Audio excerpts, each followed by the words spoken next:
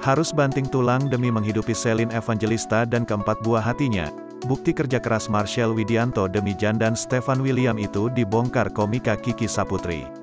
Hubungan artis Celine Evangelista dan komika Marcel Widianto belakangan santer dikabarkan berjalan kian semakin serius.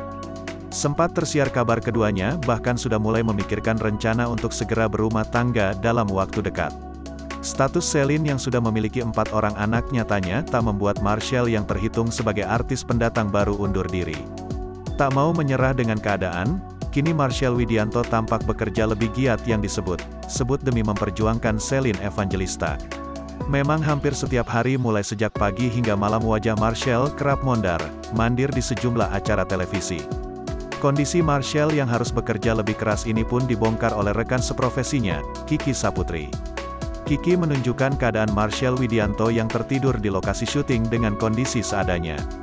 Tampak dalam video yang dibagikan Marcel tertidur pulas dengan wajah lelah sembari menggunakan selimut.